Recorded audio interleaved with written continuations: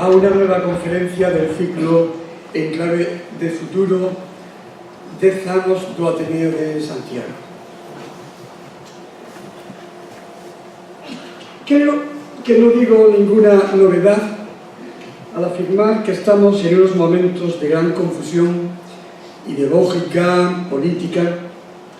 Supongo que debido a la crisis económica, a los efectos indeseados de la globalización y a la falta de respuestas de las ideologías tradicionales que durante la segunda mitad del siglo XX nos trajeron el estado del bienestar. Si esto es así, y en Europa y en todo el mundo occidental, en España se agrava con la debilidad secular del Estado, la crisis de las instituciones democráticas, el desprestigio de la política, la corrupción y, sobre todo, por los problemas territoriales no resueltos, las tensiones separatistas correspondientes y la absoluta falta de cultura política de nuestra población. En esta situación no es extraño, pues, que la confusión sea total en un mundo donde el periodismo serio ha sido sustituido por la inmediatez de las redes sociales y su falta de rigor, donde cada cual puede decir lo que le venga en gana, sin necesidad de demostrar sus afirmaciones ni responsabilizarse de ellas. San Ignacio decía que en tiempos de tribulación no hagas mudanza. En un ataque de osadía, yo me atrevo a corregir a los jesuitas. Y me parece mejor decir, en tiempos de confusión, de tribulación, consulta a un experto de confianza. Al que hacer las preguntas básicas que ya deberíamos saber desde el bachillerato. ¿Qué es el Estado? ¿Qué es la nación? ¿Cuándo surgieron estos? ¿España es una nación o varias? ¿Una nación tiene que ser necesariamente un Estado o, a la inversa, un Estado tiene que corresponder necesariamente a una nación? ¿Qué es el nacionalismo? ¿Qué es una constitución? ¿Qué es eso del derecho a decidir? ¿No decidimos siempre que votamos libremente? Para responder a estas y otras preguntas hemos decidido no hacerle caso, solo por esta vez, a San Ignacio, y hemos invitado a nuestro juicio uno de los mayores expertos en España en estas materias, al catedrático de Historia del Pensamiento y de los Movimientos Políticos y Sociales, profesor José Álvarez Junco, y que ha tenido a bien aceptar nuestra invitación y por lo que le estamos inmensamente agradecidos. Solo unas palabras de recomendación. No quiero aburrirles con la lista extensísima de su obra, pero si quieren saber algo sobre estos temas, lean, además de los artículos que escribe en El País y que nos iluminan cada vez que las cosas se ponen más complicadas, 3 libros suyos fundamentales. Madre Dolorosa, la idea de España en el siglo XIX, Dioses útiles y el relato nacional, historia de la historia de España, este último de reciente aparición con Gregorio de la Fuente. Para presentar al profesor teníamos que encontrar una persona a la altura del conferenciante y no pudimos tener más suerte. El también catedrático, en este caso de Historia Contemporánea, profesor Justo Beramendi González, que no dudó un segundo en venir a presentar a su amigo y colaborador. El profesor Justo Beramendi es suficientemente conocido y poco puedo yo añadir, pero permítanme otra recomendación. Lean la historia mínima de Galicia y en menos de 250 páginas, admirablemente escritas, tendrán una visión muy completa, moderna, analítica y crítica de esta tierra y de su historia. Cuando quiera, el profesor Beramendi.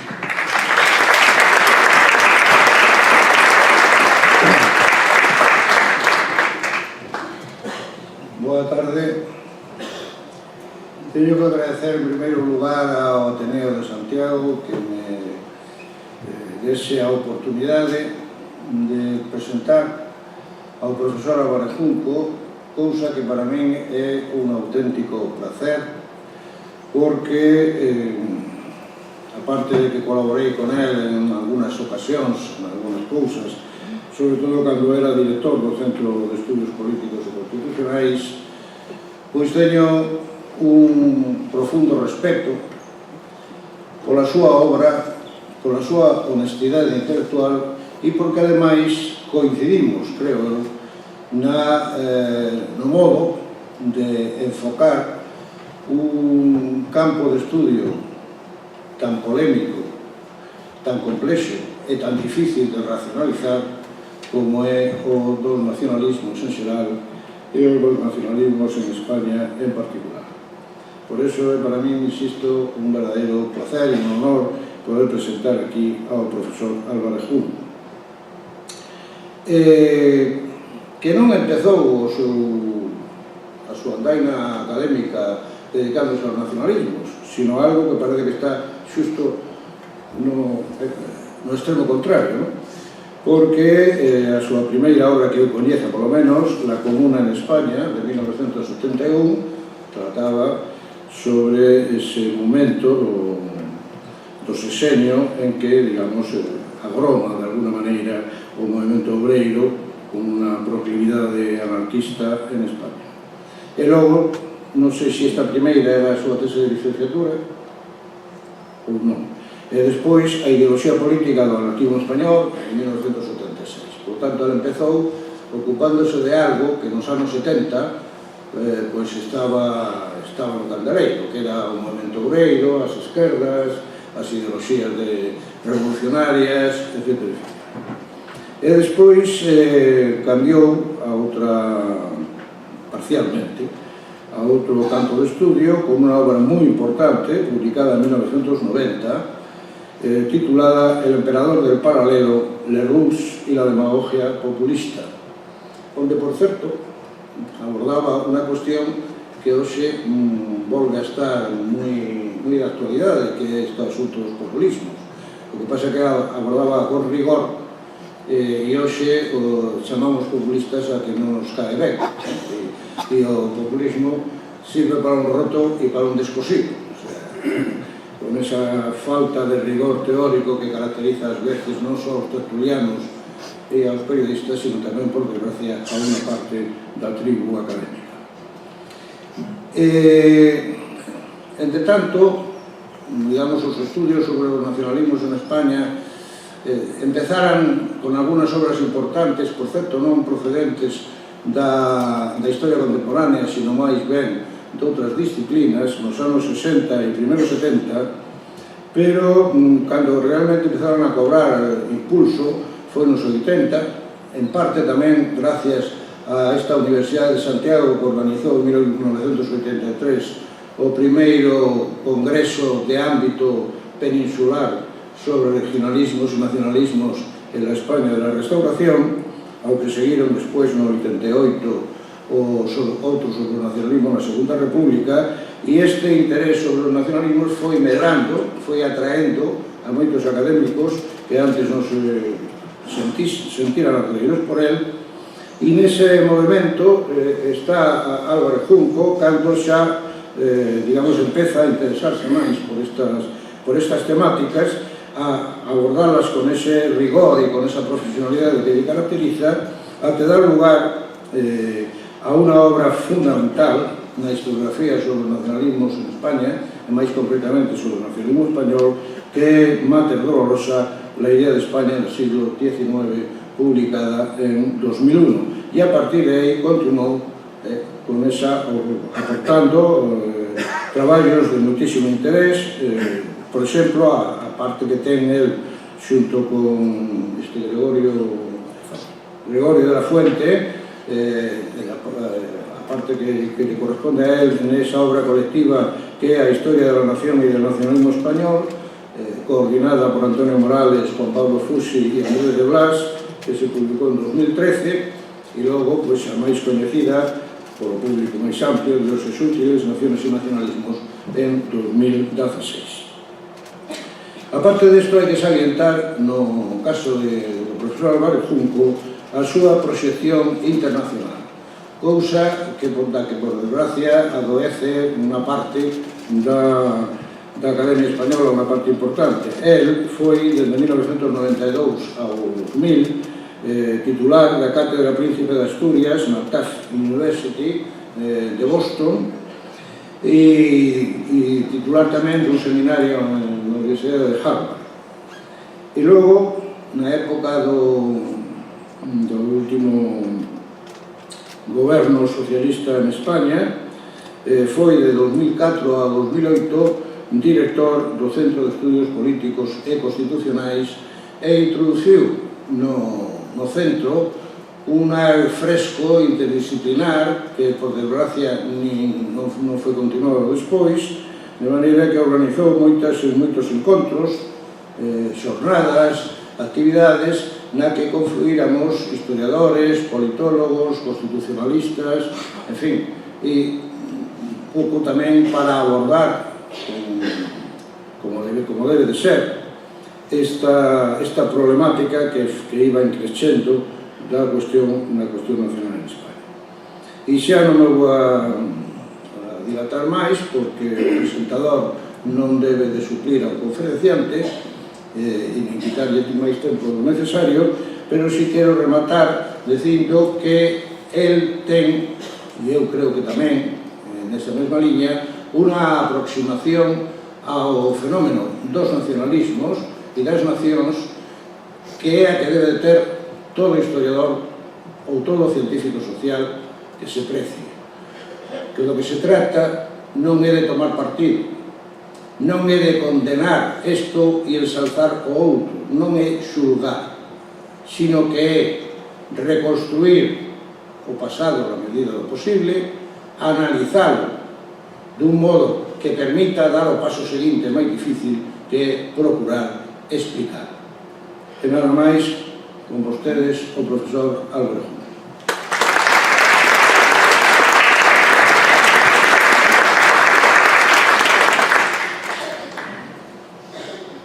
Muchísimas gracias, buenas noches.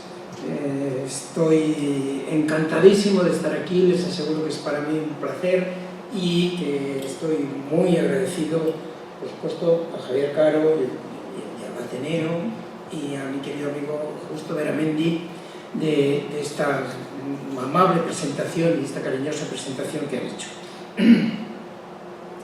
Decía Javier, parafraseando a San Ignacio, en tiempos de tribulación no hagas mudanza. Bueno, se me ha ocurrido que podría empezar por ahí. En tiempos de tribulación, toma distancia.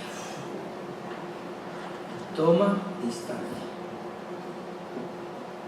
Si quieres entender de verdad el problema catalán, no hagas caso a eso que te dicen, tienes que ir allí, tienes que vivirlo, tienes que darte cuenta de qué ambiente hay. No. ¿Quieres entender el problema catalán? Piensa en el problema escocés, piensa en el problema de Quebec, piensa en el problema de Bélgica, léete libros sobre nacionalismos en general, a ver qué dicen los científicos sociales. Bueno, esto es lo que yo voy a intentar hacer. En este libro que habéis citado los dos, Dioses útiles, que trata en definitiva del nacionalismo español, pues tiene 4 partes y en las primeras 2 partes, o sea, si tiene 400 páginas, en las primeras 200 páginas no se menciona a España. Tomo distancia. Intento primero ver qué dicen las ciencias sociales sobre naciones y nacionalismos. ¿A qué llamamos nación? ¿A qué llamamos Estado? ¿A qué llamamos región? ¿A qué llamamos nacionalidad? Etcétera. ¿A qué llamamos Estado federal? ¿A qué llamamos Estado unitario? Segundo, veamos otros casos. Cuando hayamos hecho todo eso, vamos al caso español. Y seguramente lo entenderemos mucho mejor que si nos metemos desde el primer momento de lleno en la piscina y nos rodeamos de todas las pasiones que acompañan a este tipo de fenómenos. Así pues, hablemos primero de las ciencias sociales.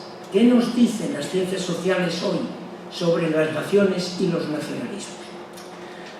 pues les sorprenderá seguramente a ustedes, a los que no hayan reflexionado bastante sobre estas cosas o leído bastante sobre estas cosas, y sobre todo las personas que tengan ya cierta edad, como tenemos nosotros, por lo menos algunos de los que estamos aquí, y en relación con lo que nos enseñaron cuando éramos niños, ha cambiado radicalmente la manera de estudiar estas cosas. Se ha producido una verdadera revolución científica en el tratamiento de este problema, y que conste que es un problema al que las ciencias sociales han dedicado muchísima atención, que ha habido cientos, miles de libros, y no digamos de artículos sobre el problema, que vienen de la antropología, de la sociología, de la demografía, de la psicología social, de la historia, en fin, y ha cambiado radicalmente nuestra manera de ver las cosas. ¿En qué sentido han cambiado?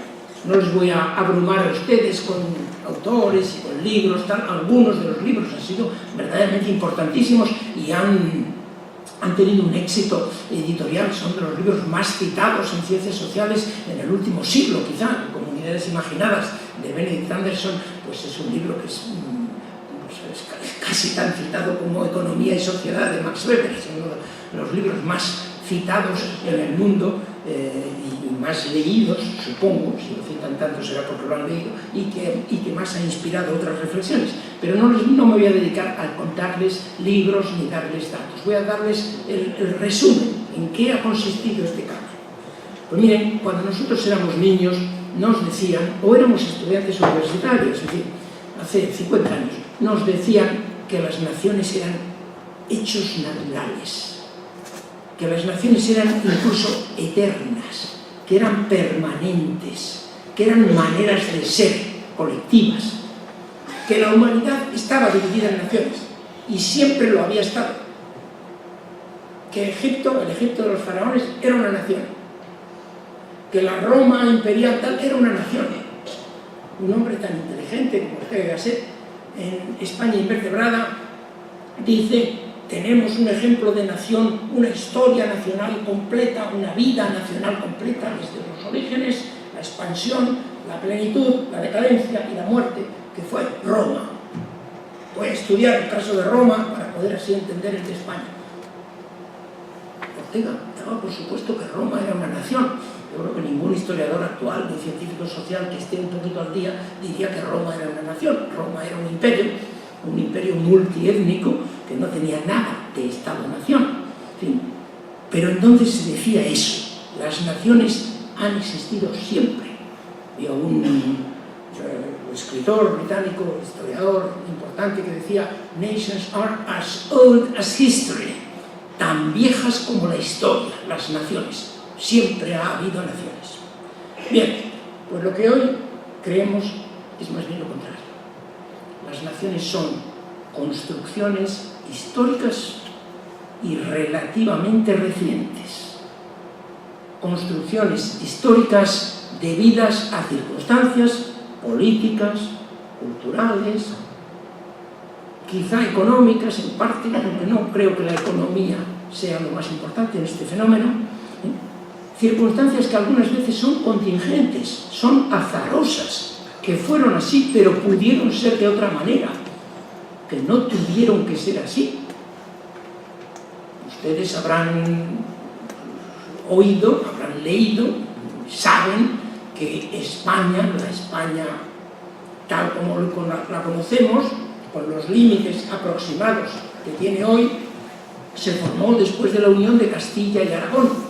Sí, se formó después de la unión de Castilla y Aragón y la conquista de Granada y Navarra, pero la unión de Castilla y Aragón se produjo porque el reino de Castilla se quedó sin heredero varón.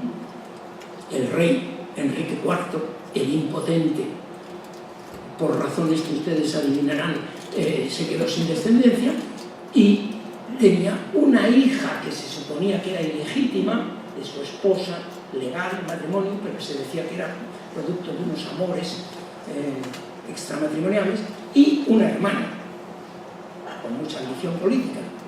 Naturalmente, el rey del reino vecino, Aragón,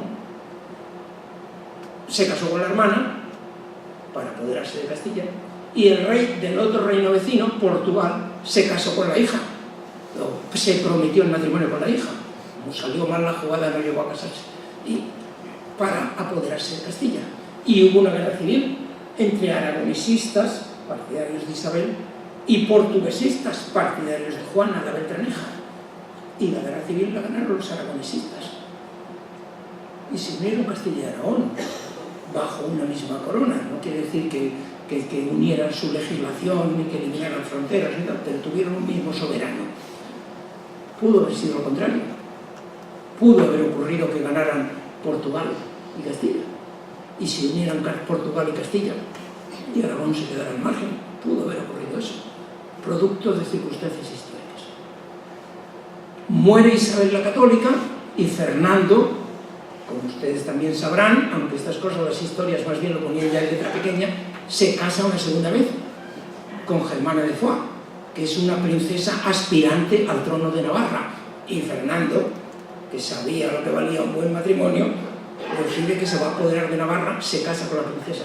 Y la princesa, asesorada por sus abogados, le hace firmar unas capitulaciones matrimoniales diciendo: tú ya tienes 5 o 6 hijos del matrimonio anterior y los que vengas conmigo no van a heredar nada. Yo quiero asegurar que los hijos de este matrimonio tengan. Y Fernando firma que los reinos de Aragón más Sicilia irán a los hijos de ese segundo matrimonio. Y tuvo un hijo. Fernando y Germana de Foix tuvieron un hijo. Lo que pasa es que el niño murió a los pocos meses, como ocurrió en esa época con tanta frecuencia. Si ese niño no hubiera muerto, Castilla y Aragón se hubieran separado otra vez. Completamente contingente. No me diga nadie que es que había un designio providencial y que fueron las fuerzas económicas que exigían que aquello no. Fue que se murió ese niño. Pudo no haber muerto. Pudieron haberse separado Castilla y Aragón. Es decir, las unidades políticas, tal como las conocemos hoy, son producto de circunstancias históricas, y circunstancias históricas que pudieron ocurrir de otra manera. Esto es algo que sabemos quienes nos dedicamos a estas cosas desde ya bastante tiempo. Segundo, las naciones no solamente son históricas y producto de circunstancias a veces azarosas, las naciones son también instrumentales. Las naciones están creadas por élites interesadas en que existan esas naciones. Unas élites a las que llamamos élites nacionalistas. Las naciones no están ahí, no son un producto que existe en la realidad y que hay un individuo genial, un ideólogo que lo descubre, igual que se puede descubrir un elemento químico. No. Hay un ideólogo, un grupo de ideólogos, que deciden construir una nación, que se reúnen en una casa, que diseñan una bandera, que diseñan un himno, que se inventan unos logos o unas consignas, y que se lanzan a difundirlo. Y cuando el público les compra ese producto y se lo creen y se lo toman en serio, pues se construye la nación. Es decir, no son las naciones primero y los nacionalistas después, son los nacionalistas primero y las naciones después. Bien, entonces, dicho esto, hay que poner, esta es una visión modernista, una versión modernista en el sentido de que las naciones surgieron en una época moderna, en una época reciente, es una visión instrumental de las naciones y es una visión artificial, sí, de las naciones. Pero, dicho esto, hay que añadir a continuación, no todo es artificial, ni todo es tan fácil de crear. Existen elementos culturales que son productos de la historia, que están ahí y que son necesarios para construir una nación. No te puedes inventar una nación, salir al día siguiente a predicarlo por las calles e inmediatamente ya está construida la nación. Unos señores inventaron hace ya 30 años o 40 la Padania y la Padania no ha terminado de despegar, como todos sabemos. Y unos señores se han inventado hace mucho menos tiempo Tabarnia y es fácil que Tabarnia no llegue a triunfar. No hay suficiente cantidad de gente que se cree unas cosas que son demasiado artificiales y demasiado recientes. Las naciones hay que construirlas construirlas bien, a base de elementos culturales previos.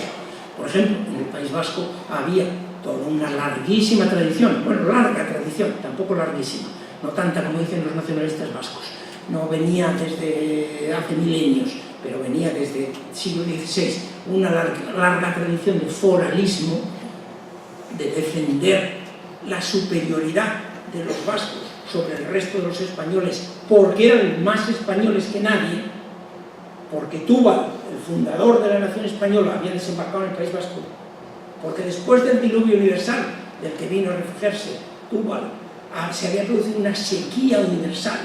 ¿Y dónde se va a producir? Se va a refugiar uno de la sequía universal si no es en las lluviosas montañas cántabras.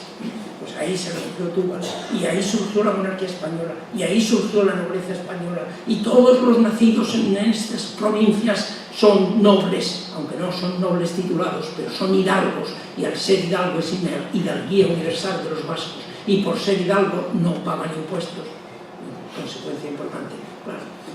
Además aquí no entraron los musulmanes ni los judíos, nunca entraron los judíos, no lo conquistaron los romanos ni lo conquistaron los visigodos. En fin, había toda una serie de elementos mitológicos que les servían para demostrar que eran los más españoles de España y que por eso tenían derecho a ciertos privilegios forales. Bueno, pues un señor a finales del siglo XIX, no sé, en 1890, recoge todos esos elementos culturales, le da un giro y llega a la conclusión es que no somos españoles. Y entonces lanza el nacionalismo vasco. Es una invención moderna, pero a base de elementos culturales preexistentes. O sea que no es que todo sea inventado, sino que hace falta inventar a partir de datos preexistentes. Rasgo esencial de las naciones, esas identidades colectivas a las que llamamos naciones. El rasgo esencial es que son las portadoras de la soberanía. Identidades colectivas hay muchas, hay muchísimas. En esta sala hay miles de identidades colectivas. Hombres, mujeres, viejos, jóvenes, gallegos, exclusivamente gallegos, gallegos que se sienten españoles, exclusivamente españoles, etc. Melómanos y gente que odia la música, partidarios del equipo de fútbol tal y partidarios del equipo de fútbol cual, en fin, miles de identidades, de grupos que se podrían formar aquí. Pero la nación, y en la historia ha habido identidades colectivas importantísimas, más importantes que la nación, por ejemplo las religiones. Y la gente, la humanidad se ha matado repetidamente y con bastante gusto, como se hacen estas cosas, en nombre de la religión. Es decir, que las religiones han sido hace solamente 300 años, 400 años, en Europa se mataba a la gente por razones religiosas. La división entre católicos y protestantes era mucho más importante que las divisiones en lenguas, por ejemplo. Bélgica y Holanda se dividen, son los Países Bajos, los Flandes, y se dividen por razones religiosas. Por un lado quedan los protestantes y en otro los católicos. Hoy día, sin embargo, entre los católicos hay una división feroz por razones lingüísticas. Es decir, que en ciertos momentos se activa un elemento y en otros se activa otro. Identidades colectivas hay muchísimas, pero la nación tiene un rasgo que no tiene ninguna otra, es la portadora de la soberanía. Es decir, este grupo colectivo que somos nosotros, que nos caracterizamos por tener tal rasgo cultural, lengua, religión, raza, lo que sea, este grupo es el dueño de este territorio. Es el que tiene que tomar las decisiones fundamentales sobre este territorio. Ese es el rasgo de la nación, que no ha tenido ninguna identidad colectiva hasta este momento y que es propio del mundo contemporáneo, lo que los europeos del sur llamamos contemporáneo, los europeos del norte lo llamarían moderno, es decir, siglos XIX y XX, desde las revoluciones liberales para acá. Las revoluciones liberales básicamente le dijeron al monarca absoluto: usted no es el soberano sobre este territorio, lo somos nosotros. ¿Y quiénes sois vosotros? La nación, el pueblo. Ese es el rasgo que distingue a esta identidad respecto a cualquier otra. Y es un juego de manos que hacen los nacionalismos, porque empiezan hablando de cultura y terminan hablando de territorio. Lo primero que dicen es que nosotros somos diferentes. Tenéis que reconocernos que somos diferentes. Vale, reconocemos que somos diferentes. Bueno, pues entonces yo mando sobre este territorio. Dice, hombre, un momento, en este territorio hay otros que no tienen esos rasgos culturales que tú dices que es lo fundamental. Ah, no, a mí me da igual, si yo soy muy liberal, voy a permitirles vivir en este territorio. Pero no me has dicho que lo cultural era lo fundamental. Y tú no puedes vivir con nosotros porque eres diferente. Y en cambio en tu territorio sí vas a permitir que haya diferentes. Si me permiten una broma un poquito estúpida, pues es como si un grupo de homosexuales concentrados en la plaza de Chueca de Madrid dices que somos diferentes y reivindicamos nuestros derechos y nos tienen que reconocer. Bien, se reconocen, sois diferentes, todo el mundo os va a tratar igual, con los mismos derechos que los demás y tal. Y de vale, pues entonces nadie puede pasar por la plaza de Chueca sin pedirnos permiso. Y hombre, estás dando un giro a la cosa. Porque por la plaza de Chueca también pasa gente que no es homosexual. Ah, no, si me da igual, si yo voy a permitir pasar a todo el mundo.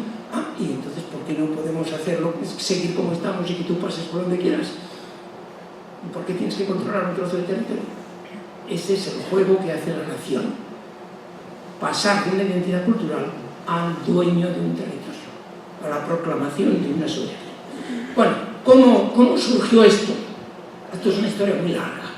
La nación es un término muy antiguo. Cuando decimos que las naciones son modernas, enseguida nos dice alguien, no es verdad, en Roma ya existían naciones. Mira, aquí tienes un texto de Cicerón que habla de las naciones. En efecto, claro que sí, el término es muy antiguo, pero significaba otra cosa. En latín clásico existían las naciones, que viene del verbo nascere, nacer. Son gente nacidas en cierto sitio y que por tanto hablan una determinada lengua.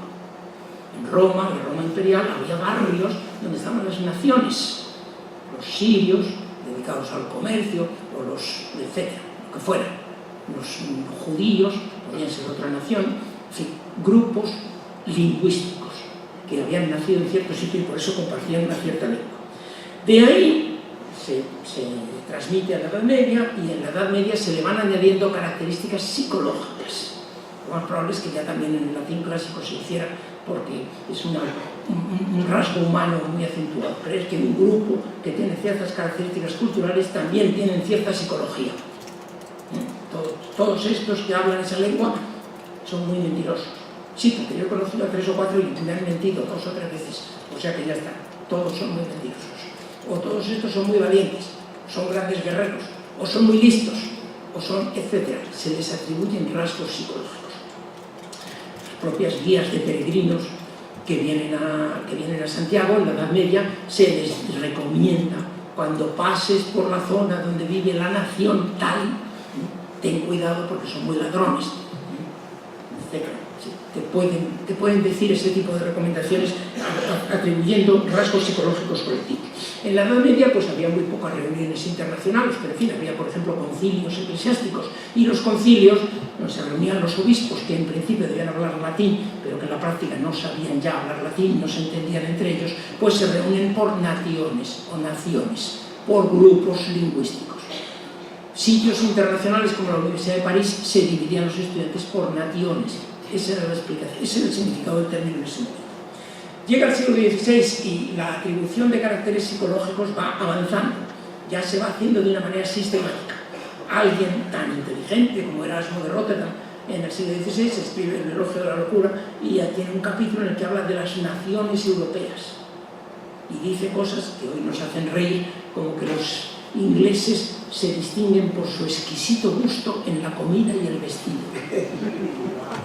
Los alemanes se distinguen por su capacidad para los conocimientos esotéricos.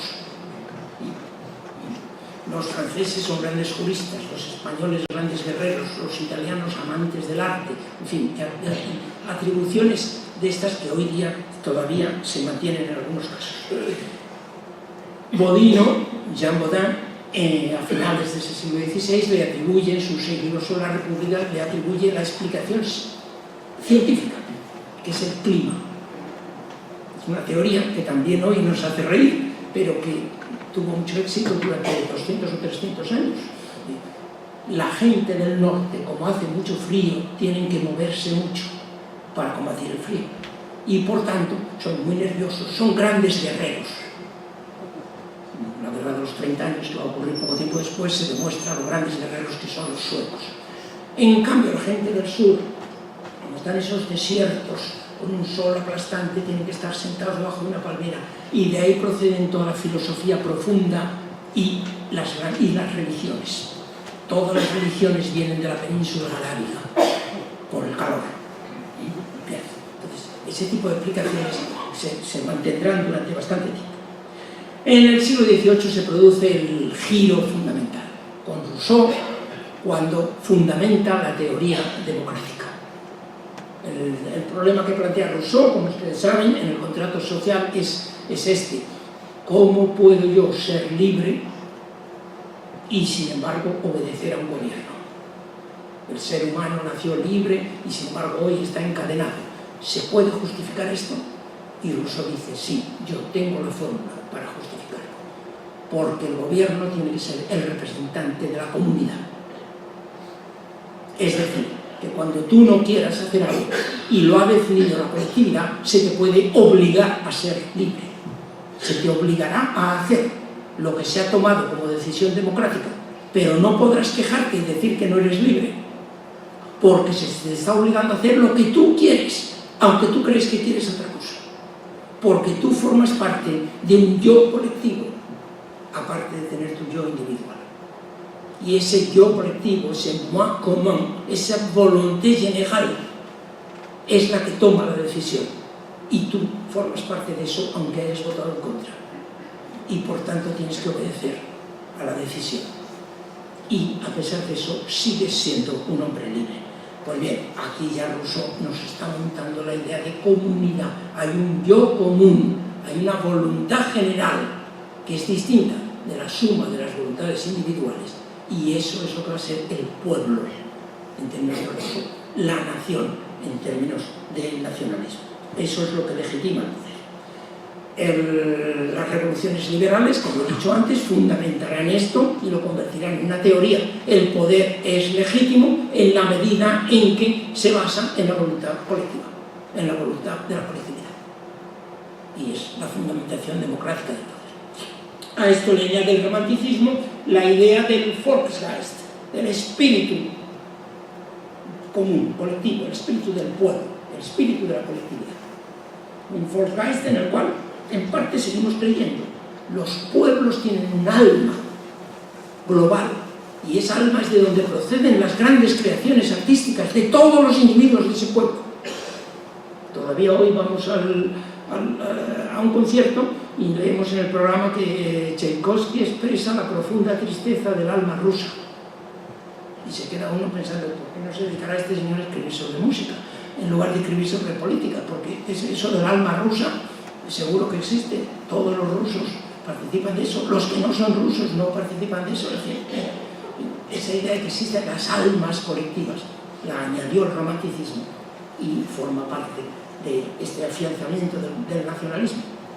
Y finalmente se le acabará añadiendo el principio de las nacionalidades, que lo expresa, por ejemplo, Mancini en Italia, que es: a cada nación le debe corresponder un Estado. Los Estados son legítimos si son la expresión de una nación, de una colectividad que tiene unos rasgos colectivos, unos rasgos culturales que son propios de todos los miembros de esa nación. Con lo cual, el nacionalismo se convirtió en el legitimador del poder. Y entonces se empezaron a construir naciones, lógicamente. Se empiezan a construir naciones ¿por parte de quién? Primero, por parte del Estado, por parte del poder, que está interesadísimo en que todos sus súbditos sientan que forman parte de la nación que legitima el poder del Estado. Así que el Estado francés, por ejemplo, se dedica a montar un sistema escolar en el cual a los niños se les dice: tú eres francés, la historia francesa es esta, la geografía francesa es esta, tienes que estar orgulloso de ser francés, etcétera, etcétera, etcétera. Y a continuación se le ordena hacer una serie de cosas. ¿Por qué? Porque es lo que ordena el gobierno francés, y tú como francés tienes que obedecerlo, con lo cual los ciudadanos obedecen las órdenes que se les dan porque son franceses, etc. El primero que quiere construir una nación es naturalmente el Estado. El segundo que quiere construir una nación, las élites periféricas que han quedado fuera del sistema de poder del Estado y que quieren construir un Estado alternativo. Naturalmente. Y entonces se dedican a construir nación para a continuación, en nombre de la nación, reclamar un Estado, como es lógico.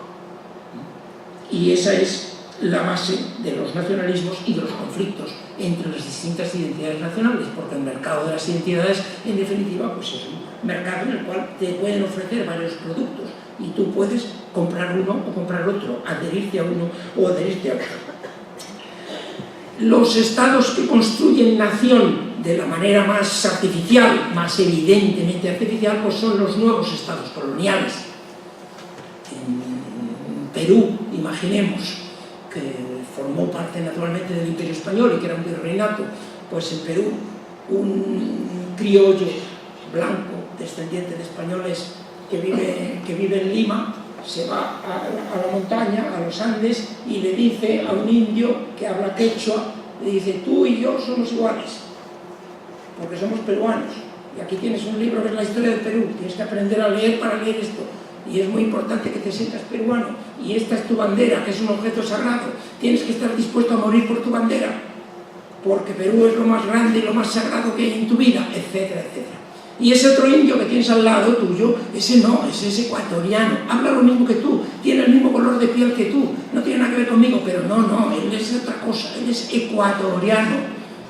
Y tienes que estar dispuesto incluso a morir, a tomar las armas contra él, porque tu sagrada unidad es la patria. Todo esto, todos comprendemos que es muy artificial.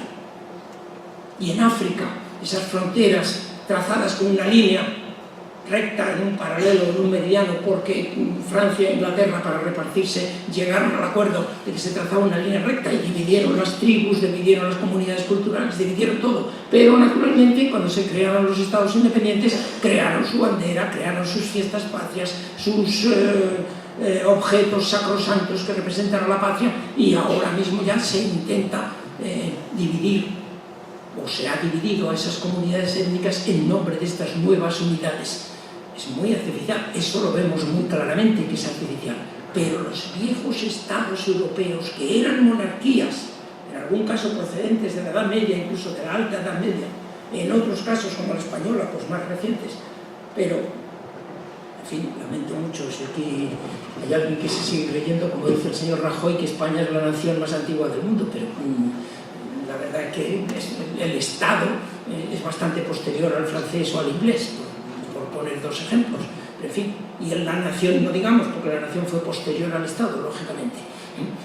Entonces, en esos viejos estados que venían de las monarquías absolutas de la Edad Moderna, se transforman en naciones, y hay que inventar toda una serie de tradiciones, como estudió Hawthorne para el caso inglés, como la coronación de la reina, que se hizo en tiempos, naturalmente, de la reina Victoria, etc. Y todas esas cosas se inventan para rodear a la realeza con los nuevos símbolos de la legitimidad contemporánea, que es la nación, por supuesto.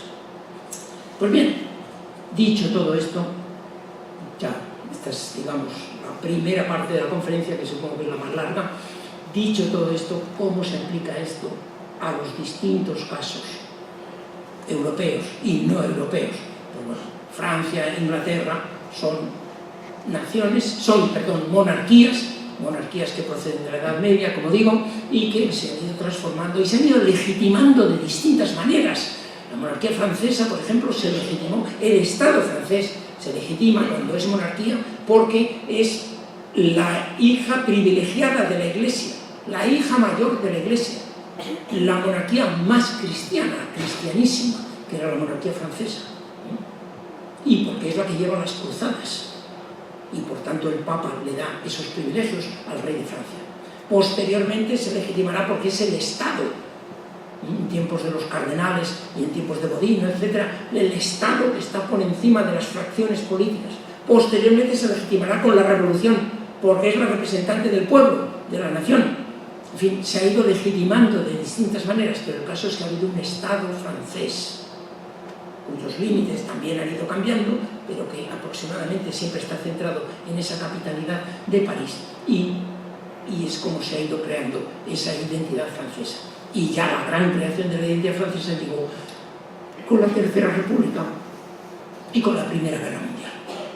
Con la Tercera República, que crea el sistema escolar alrededor del maestro, que es el que alfabetiza a la población rural, y la alfabetiza no en cualquier idioma, claro, ni en el que hablaban los campesinos, sino en el francés de París, por supuesto, y le transmite los valores republicanos, los valores de libertad, igualdad, fraternidad, etc., con el sistema, con el servicio militar, que saca a los campesinos de su tierra y se los lleva 3, 4, 5 años, porque el servicio militar era muy largo entonces, y les imbuye de valores patrióticos y la mística de Francia, etc., y con la red de comunicaciones, de carreteras, ferrocarriles, que permiten que los productos elaborados en París, por ejemplo los periódicos elaborados en la noche anterior, pues están a la mañana siguiente en todos los rincones de Francia y se crea una única manera de ver el mundo, etc. Este es el caso más evidente, el caso francés. El caso británico, que tiene sus características, pero que también, y que se basa sobre todo en el orgullo de ser el imperio, la primera potencia mundial a lo largo de la gran era de las naciones, o sea, siglo XIX y primera mitad del XX, etc. El caso ruso sería también parecido, aunque muy posterior, o el caso español, parecido, aunque muy posterior al francés y al inglés, a partir del siglo XV o siglo XVI, alrededor del Gran Ducado de Moscú, o alrededor de la monarquía hispánica, la monarquía católica, se va creando una unidad política, al principio de reinos muy distintos, pero esos reinos se van metiendo en guerras con los vecinos, van creando una cierta solidaridad entre ellos, porque tienen los mismos enemigos, una solidaridad porque tienen la misma religión, y se va creando ahí una unidad que todavía no es una nación, pero que es el origen de lo que en el futuro será la nación. Pasemos ya, por tanto, al caso. A partir de esta unión política de los reinos de Castilla y Aragón, surge una cosa que es el Estado. Los nacionalistas periféricos tienen razón cuando hablan del Estado español como hecho fundamental. El hecho fundamental es que existe un Estado, existe una estructura político-administrativa que controla un territorio. Y ese es el Estado que procede de la Unión de Castilla y Aragón, con la posterior conquista de Granada y de Navarra, naturalmente. Con lo cual, toda la península ibérica, a la que se llamaba España o Hispania, toda la península ibérica, se desgaja en dos: España propiamente dicha y Portugal, que queda al margen después de la guerra de 1640, como sabemos. Estos reinos se van uniendo gracias a la religión, al clima de la Contrarreforma, gracias a las guerras constantes con otros países. Entre finales del siglo XV y comienzos del siglo XIX hay guerras casi constantes, en la cual naturalmente los súbditos saben que el enemigo es el protestante, el enemigo es el turco, el enemigo es el francés, pero el enemigo no es el que procede de los otros reinos de la monarquía hispánica, en principio, salvo en las guerras civiles, claro, las guerras internas, que son pocas. Y estos reinos unidos, esta monarquía, que es la fusión de varios reinos, se va convirtiendo en un reino en sí mismo. A lo largo del siglo XVIII se va hablando ya del reino de España, aunque todavía no es un reino, es una monarquía. Hasta comienzos del siglo XIX, el rey Carlos IV se sigue llamando rey de Castilla, Aragón, Navarra, etcétera, etcétera, etcétera.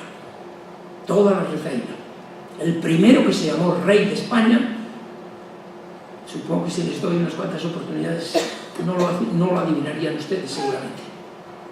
El primero que se llamó rey de España fue José Bonaparte. José I, el primero que adopta el título de rey de España. Y a partir de él ya le seguirán rey de España y las Indias, Fernando VII y compañía.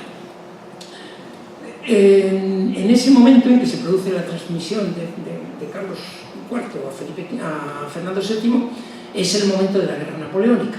La guerra napoleónica se produce en un vacío de poder, un vacío completo de poder, porque Fernando VII ha destronado a su padre, pero los dos se van a Francia intentando conseguir el reconocimiento de Napoleón, y Napoleón es tan hábil que se lleva también a todos los demás miembros de la familia real, por lo cual no queda nadie en absoluto de la familia real española en la península. y los que se sublevan contra José I y quieren reconocer como rey a Fernando VII no tienen de quién recibir órdenes, con lo que se les ocurre la idea, después de bastante inestabilidad política en los 2 primeros años, se les acaba ocurriendo la idea de convocar unas cortes. Se convocan las cortes y estas se reúnen, como sabe todo el mundo, en Cádiz, en la isla de Cádiz, una península que era prácticamente inaccesible, que estaba protegida por la tropa, por la flota británica, y en Cádiz, protegida y abastecida. Y en Cádiz esas cortes declaran el principio de la soberanía nacional. Ahí empieza el sentido moderno del término. Cuando el obispo de Orense, que era muy conservador y que era el miembro más antiguo, el más anciano de las nuevas cortes, y por tanto le toca presidir la reunión, y el obispo de Orense dice: lo primero que debe hacer esta asamblea es decir que no reconoce como rey de España a José Bonaparte y que únicamente reconoce a Fernando VII. Y entonces Diego Muñoz Torrero, el curita extremeño, pequeñito y muy inteligente, que estaba colocado en primera fila, le dice: pido la palabra, ¿no le parece a su eminencia que sería mejor primero decir quiénes somos y luego decir que no reconocemos a José Bonaparte y reconocemos a Fernando VII? Y el obispo de Orense dice: sí, parece razonable, y saca rápidamente el papel que lo habían elaborado la noche antes con los liberales, el segundo Argüelles y compañía, y el papel dice: los aquí reunidos, las Cortes Españolas, representantes de la nación española, declaramos que no reconocemos, con lo cual está sentando el principio de la soberanía nacional. Nosotros somos los dueños de este territorio y el rey es aquel al que nosotros reconocemos. Y naturalmente la Constitución que se aprueba 2 años después es una Constitución que lo establece de manera clarísima. España es propiedad de los españoles, no es ni puede ser propiedad de ninguna familia ni persona. Y España se constituye en monarquía porque los españoles lo quieren y con los límites y las circunstancias que los españoles lo quieren. Y ahí empieza la historia del nacionalismo español moderno. Se intenta construir. Lo que ocurre es que estamos a comienzos del siglo XIX y el siglo XIX fue un siglo muy difícil. No solo hubo que construir la nación, sino que hubo que construir el Estado. Porque el antiguo Estado, el que venía de la monarquía imperial, no servía. Se habían perdido las colonias, no llegaban las rentas americanas, el sistema de gobierno que estaba establecido no servía, había que construir un nuevo sistema de gobierno, había que construir un funcionariado, había que construir un sistema de recaudación fiscal. Y el Estado español está completamente dividido políticamente entre absolutistas y liberales, entre liberales moderados, que eran casi absolutistas, y liberales progresistas, entre monárquicos y republicanos, entre republicanos unitarios y republicanos federales, etc. Vuelta a la monarquía después. En fin, el siglo XIX es un siglo de constantes altibajos políticos. ¿Qué ocurre entonces? Pues que no se puede, que es muy difícil construir la nación. Primero porque el Estado no tiene estabilidad política suficiente. No hay principios políticos comunes a todos, en los que todo el mundo esté de acuerdo.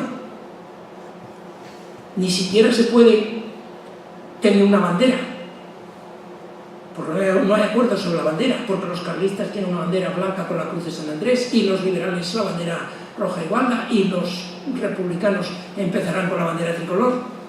Ni un himno, porque unos tienen el himno de Riego, otros tienen la marcha real, etc. Y entonces, ¿qué acaba ocurriendo? Pues que esos símbolos se construyen malamente. Acaba habiendo un himno, pero un himno que no tiene letra y al que no hay manera de poner letra, porque no sabríamos qué cantar en esa letra. ¿Qué cantamos? Las glorias de los tercios de Flandes y el imperio americano. Pues habría parte de las élites políticas españolas que querrían eso, pero habría muchos que estarían en contra.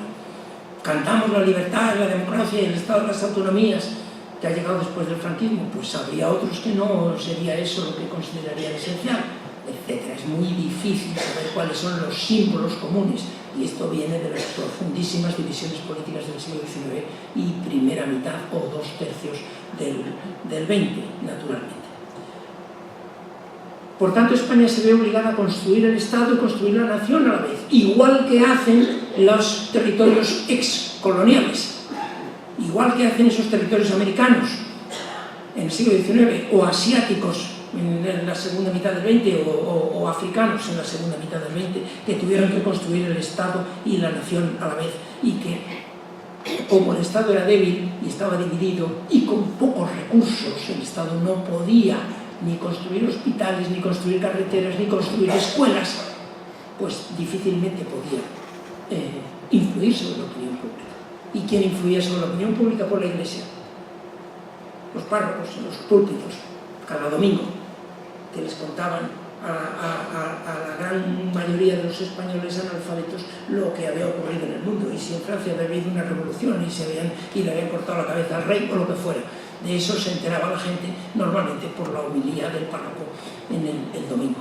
Por lo cual, naturalmente, los párrocos no construían nación, porque no es su función. Los párrocos construían católicos, porque es su función, lógicamente. Y si era necesario predicar en castellano en unos sitios, y en catalán o en vasco o en gallego en otros, pues lo hacían, porque lo que se trataba es de difundir su mensaje y no de construir nación.